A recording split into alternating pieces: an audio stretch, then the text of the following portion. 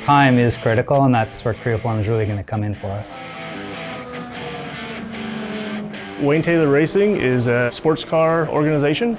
We run in IMSA series. We also run Super Trofeo. So our goal is to obviously win all of the endurance and championships in IMSA in the DPI category this year and move forward into LMDH and try to carry on our success.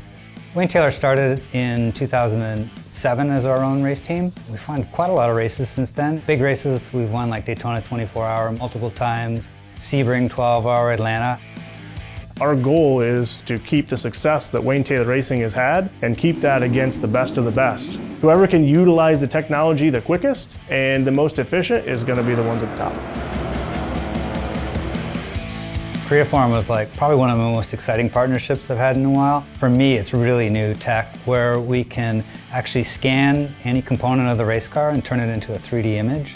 Before, we would be taking very basic measurements, so kind of precision is only as good as the measuring tool, where with Creaform we can get precise measurements of incredible detail. We can utilize this technology to build better tooling, build better car parts, and not have to outsource that somewhere. Creaform is really going to help us solve the problem of endurance racing with these sports cars. Aerodynamics are key. And actually, the lower surface of the car, so the floor of the car, generates the bulk of the downforce.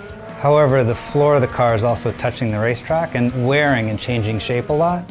With the Creaform tech, we're going to always scan the bottom of the car and learn precisely which sections we have to protect, how much loss for how much wear, and really optimize the underbody aerodynamics.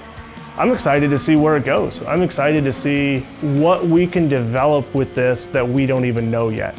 Creaform is the future.